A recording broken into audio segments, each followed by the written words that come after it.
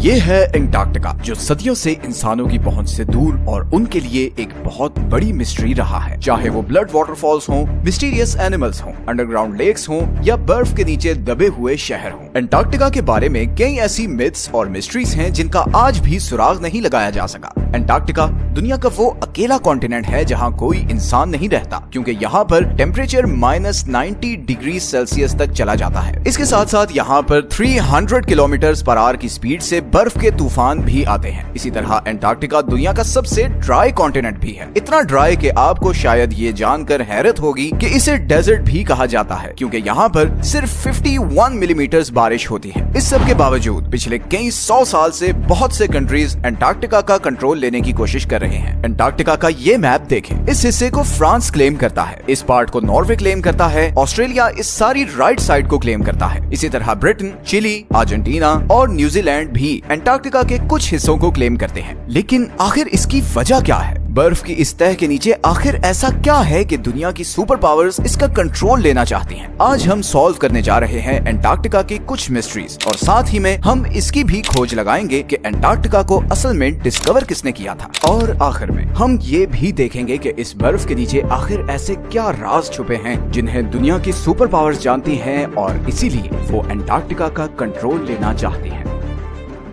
Antarctica किसने discover किया? Depends on who you are asking. Britishers कहते हैं कि एंटार्क्टिका उन्होंने डिस्कवर किया था, जबकि रशियंस कहते हैं कि सबसे पहले उन्होंने यहाँ कदम रखा था। लेकिन एंटार्क्टिका का जिक्र आज से कई हजार साल पहले ग्रीक फिलोसोफर एरिस्टोटल ने किया था, जब उसने कहा कि जमीन गोल है और नॉर्थ और साउथ पोल एक दूसरे के मिरर इमेजेस हैं। 2021 में रॉयल सोसाइटी ऑफ न्यूजीलैंड की एक स्टडी पब्लिश हुई, जिसमें ये कहा गया कि इधर ऑस्ट्रेलिया के पास पॉलिनेशियन आइलैंड्स पर रहने वाले माओरी लोग शायद पहले इंसान थे जो 7वीं सदी में एंटार्क्टिका पहुंचे थे, क्योंकि उनकी पुरानी कहानियों में एक ऐसे बर्फीले कॉन्टिनेंट का जिक्र मिलता है जो जमीन की सदर्न साइड पर है। खैर, रिकॉर्डेड हिस्ट्री में ब्रिटिश ऑफिसर जेम्स कुक वो पहला यूरोपियन था जो एंटार्क्टिक सर्कल क्रॉस करके इधर एंटार्क्टिका के पास पहुंचा। लेकिन वो अभी एंटार्क्टिका से 130 किलोमीटर दूर ही था कि उसने अपनी शिप वापस मोड़ ली, क्योंकि उसे एंटार्क्टिका तो नजर नहीं आया, मगर पानी में तैरते हुए आइसबर्ग्स जरूर नजर आए, और समुद्र के तेवर ऐसे थे कि शिप को आगे लेकर जाना बहुत खतरनाक था। इसीलिए जेम्स कुक ने कहा था कि इस सदर्न कॉन्टिनेंट तक पहुंचना इतना खतरनाक है कि शायद ही कभी कोई इंसान यहाँ तक आए। कैप्टन कुक के बाद और भी बहुत से लोगों ने एंटार्क्टिका डिस्कवर करने की कोशिश की, मगर वो कामयाब नहीं हो सके। फिर 19वीं सदी के आते ही इकोनॉमिक डोमिनेंस के लिए कंट्रीज के बीच एक कंपटीशन शुरू हो गया। दुनिया अब एक न्यू वर्ल्ड ऑर्डर की तरफ बढ़ रही थी। रिसोर्सेज और नए ट्रेड रूट्स डिस्कवर हो रहे थे, इंडस्ट्रीज लग रही थी। हर कंट्री आने वाली नई सदी में सुपर पावर बनना चाहता था, और इसीलिए एक्सप्लोरेशंस उरूज पर थी। ऐसे में 1819 में रशियन एम्पायर ने रशियन एक्सप्लोरर फेबियन वॉन बेलिंग्सहाउसन को ये टास्क दिया कि वो पूरी दुनिया के गिर्द चक्कर लगाए और नई कंट्रीज और कॉन्टिनेंट्स डिस्कवर करे। 1820 में फेबियन ने कैप्टन कुक की प्रेडिक्शन गलत साबित की और यहाँ सदर्न ओशन में पहुंचकर एंटार्क्टिका को बहुत करीब से देखा। गो के उसने एंटार्क्टिका पर कदम नहीं रखा था, मगर उसे मॉडर्न हिस्ट्री का वो पहला इंसान कहा जाता है जिसने एंटार्क्टिका को देखा था। फिर 1900 से 1920s के बीच बहुत से एक्सप्लोरर्स ने एंटार्क्टिका का रुख किया। British explorer Robert Falcon Scott 1911 में अपनी टीम के साथ एंटार्क्टिका पर उतरा और तकरीबन 400 माइल्स तक आगे गया, मगर फिर खराब मौसम और भूख की वजह से उसे वापस पलटना पड़ा। लेकिन वापसी का ये सफर बहुत ही भयानक साबित हुआ। स्कॉट और उसकी टीम सख्त सर्दी और बर्फानी तूफान में फंस गए और इन सब की मौत हो गई। फिर वर्ल्ड वॉर 1 के बाद बहुत सी कंट्रीज ने यहाँ अपनी टीम्स भेजी और इस कॉन्टिनेंट को क्लेम करने की कोशिश की। 1939 में हिटलर के कहने पर जर्मन एयरफोर्स ने यहाँ नाजी फ्लैग्स भी गिराए ताकि इस एरिया को नाजी जर्मनी के कंट्रोल में दिखा सके। वर्ल्ड वॉर 2 के बाद बहुत सी कंट्रीज ने यहाँ अपने रिसर्च स्टेशन सेटअप किए और यहीं से